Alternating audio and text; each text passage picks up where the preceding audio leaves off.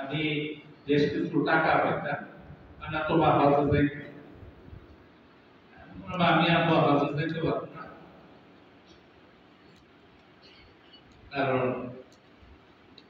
চিন্তা করতেছে আমি হজে জানলাম না, আছি ঠিক মতো আমি হজে জানলাম মানে তোমার জানলাম, আমি বললাম না আব্বা আমি হজে যাব। আমার চিন্তা হয়েছে যুগ বাঁচা বিকায় হয় তোমার দ্বারা সম্ভব, আবার আমার পরে বলছে যুগ বাঁচা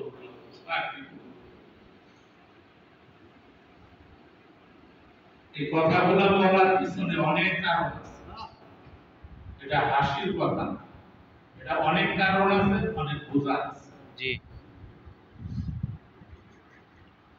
তো যাই আমি লম্বা কথা বলবো না, শর্টকাটে বলতেছি।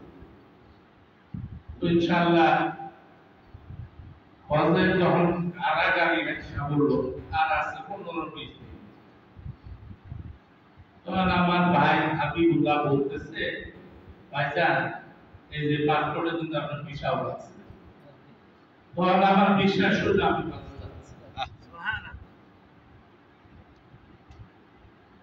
যেখান যেখান তার ৬২ টাকা জমা দিচ্ছে, তো আমি ফজরের নামাজ পড়ে মসজিদে গেছি ফজরের নামাজ পড়তে। আমি আসতেছি যে গেটের সামনে আব্বা দাঁড় হয়েছে, আমি আবার অন্য দিকে আব্বা জানি না, আমি লজ্জা পাইতেছি, ফজরের নামাজ পড়তে গেছি। তো পরে যাই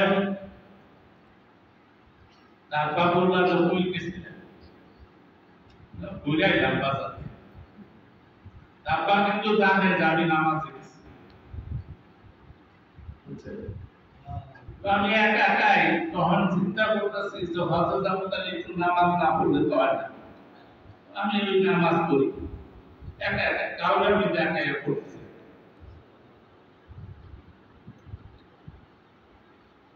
আমার বাবা কিন্তু আমাকে বলে না তুমি জুব্বা করো, প্যান্ট ছাড়ো, শার্ট ছাড়ো, ওইলে তোমার কিছুই ছাড়ো না, তুমি হজে যাবে।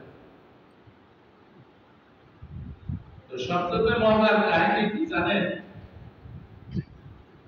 তো দুইজন মুড়ি, একজনের বাড়ি হলো এই পাহাড়ের দিকে, আরেকজনের বাড়ি চরের দিকে, দুইজনে একো এরা কাম করছে আরাফাতে যাবে।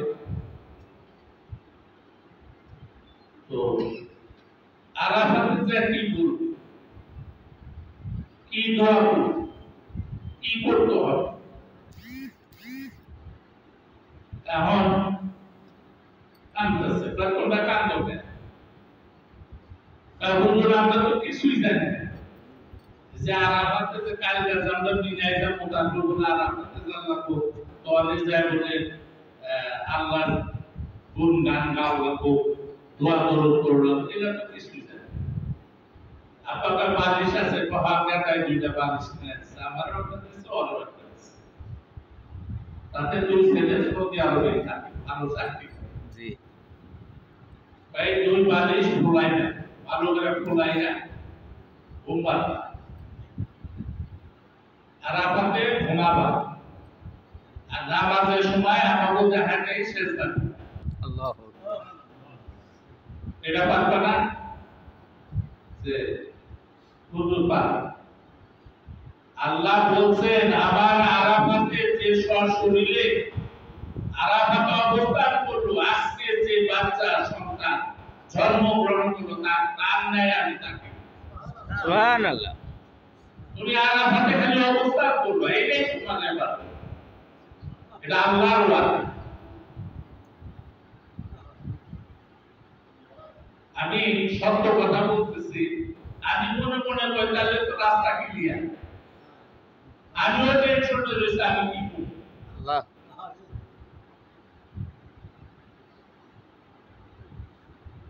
তো পীর মাশায়েখ আল্লাহর ওলিদের সাথে সংস্পর্শে থাকলে অনেক কিছু মাপ পাওয়া যায়,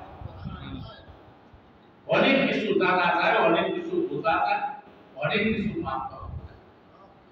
আজকে আমারে যদি কেউ বলে যে তোমারে 10 লাখ টাকা দেব তুমি 60 করে বাঁচো, আমারে কিন্তু কোনোদিন আমার বাবা বলে না জোর পাবো,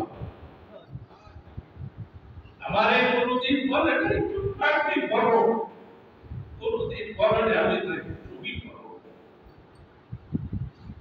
এবার আল্লাহর দিকে দোয়া, এটা কিছু না। আপনার যদি নেক নজরে আল্লাহর ওলিদের নেক নজরে যদি থাকে না, আপনাকে পৃথিবীর কোন শক্তি নাই আপনাকে কইরা টাইনা নির্দিষ্ট রাখবে, কোন শক্তি নাই। আল্লাহু আকবার। আমি এই জন্য আপনাদেরকে বলি, আপনারা দরবারে আসবেন, আপনাদের লাভের জন্য আসবেন, আপনারা আপনাদের বসের জন্য নেক নজরে থাকেন, অন্য কিছু দরকার। আমি অনেক কথা বলে ফেললাম, তো আপনারা সবাই এখানে আসেন। আমাদের আল্লাহর ওলি এই খানকার পাশে শুয়ে আছে, উনি সবই জানেন, উনি সবই জানেন, বুঝছেন? তো আমি এই কথাগুলো বলার উদ্দেশ্য হলো, বদর মিয়া কাছে গেছে, আমি প্রতিদিন আমি ওকে ফোন দিতাম। তো আলহামদুলিল্লাহ দেখতাম যে ও খুব হাসি খুশি ভাবে আছে, দেখলাম যে না ভালো আছে। আমি টেনশনে ছিলাম যে ওরে যার সাথে পাঠাইছি ও যদি আবার ওর সাথে নাই